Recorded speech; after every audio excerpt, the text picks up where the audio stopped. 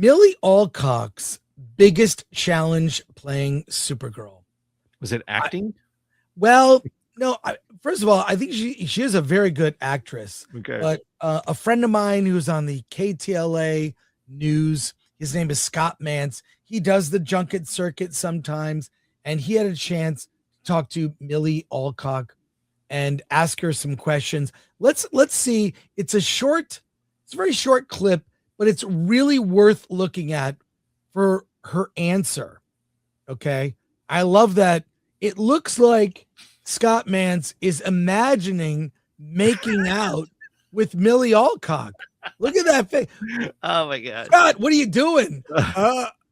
What are you doing, Scott? Millie. Hey, Scott's a really good guy. He is. We should not be making fun of Scott.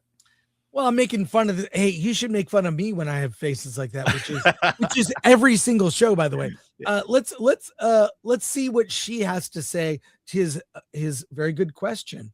There must have been a lot of challenges for you because of the emotional toll of the character, the arc of the character, but also the physicality of it all. What were the biggest challenges for you? The biggest challenges for me are actually these moments. No, I'm serious because I got into this because I wanted to be a really good actor, you know, and in drama school, they don't teach you how to do a press run. They don't teach you how to pose for a photo. They don't teach you how to speak on camera in this way. They don't teach you what it's like to suddenly have external opinions about you, not who you play, but who you are and how you look. So this has been the biggest challenge for me. Well, you're really good at it. She's great at it. She's really great at it. All day. There must have been a lot of challenges. That might be a little bullshit there at the end. I don't know about that. But her answer. Why do you keep stopping on Scott like this? Just where it pauses. Her answer is, I give her credit. Yeah. She is being honest. I think on the red carpet, she is answering honestly. But she's not the best salesperson for this movie. But in this interview, he asked her a simple question. What was the biggest challenge? The biggest challenge is doing press.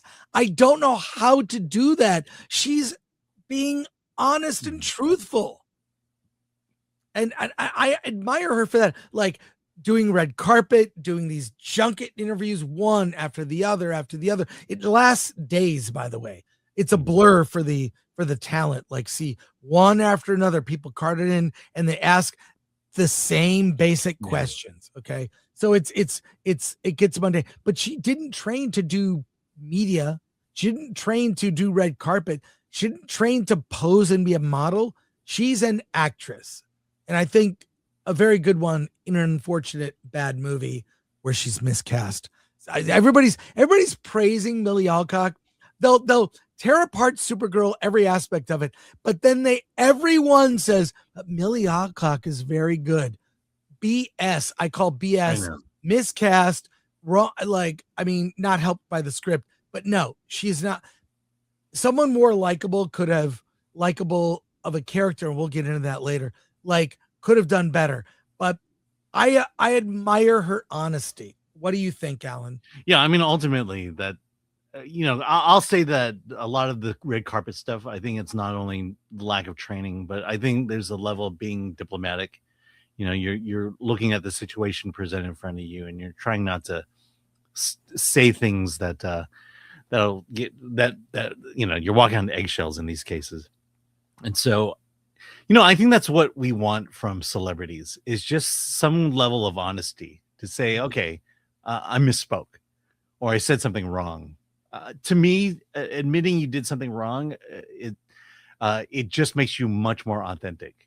And to say that I'm new at this, I don't know what I'm doing the best I can.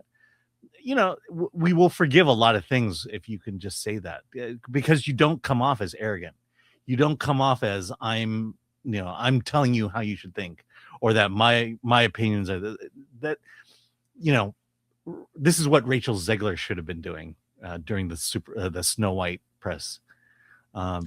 So, like I said, I'm giving Millie Alcock a lot of credit on her, giving a lot of slack on her publicity. Again, but I still have to stand by my opinion of her as Supergirl.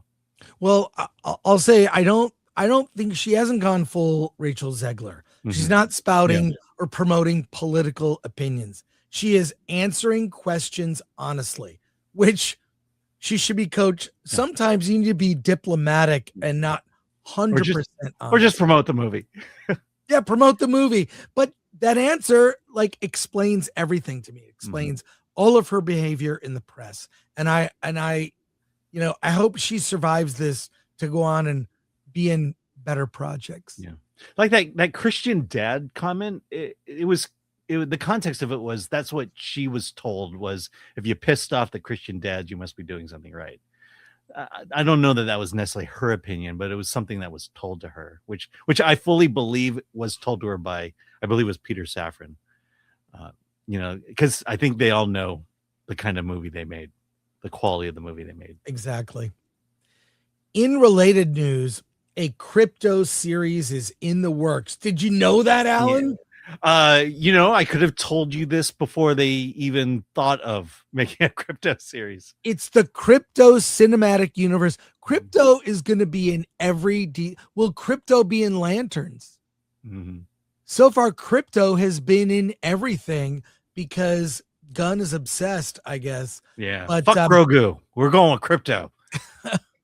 Well, I'll say the way Krypto was used in Superman, in contrast to in Supergirl, used much better in Superman because Gunn knows how to direct characters that are completely digital.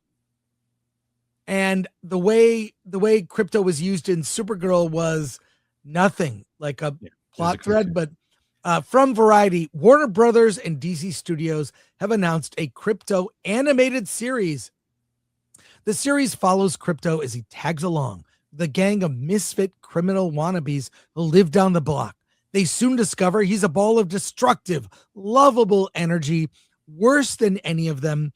As he accompanies them into misadventures and poorly laid plans, Krypto's pure nature slowly ends up redeeming them, whether they want it or not. That is the description of this series in the works. It sounds terrible. It sounds absolutely terrible. I think the enthusiasm for everything DC as I think post my viewing of Peacemaker season 2, which I watched every episode of that show to my it's just, oh my God. It was just from that. Why did I not stop? I couldn't get through past episodes. It was bad, but just do we really want this? They already did Super Pets, right? They made that animated Kevin Hart and Dwayne Johnson. Yeah, like it's not like we don't need this. And they canceled Kingdom Come and they're making this. What are we even doing, Alan? Yeah.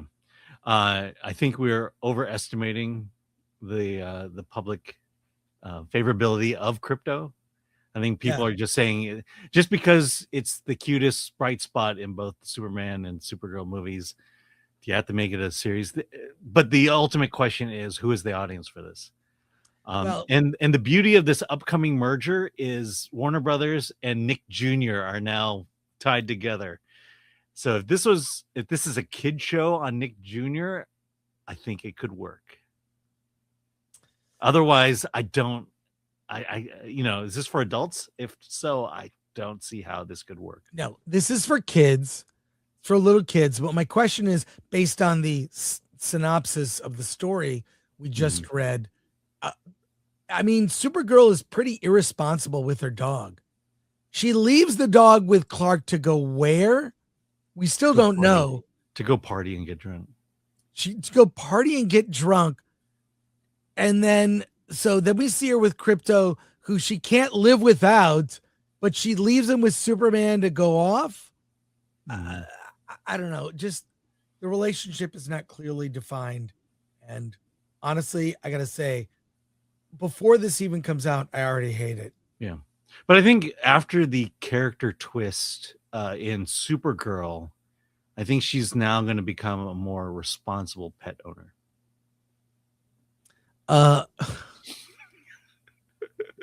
Give us a big thumbs up to doubt what Alan just said. Click that like. That's what the whole movie is about, right? Oh my God. No, this is a pass before it even comes out.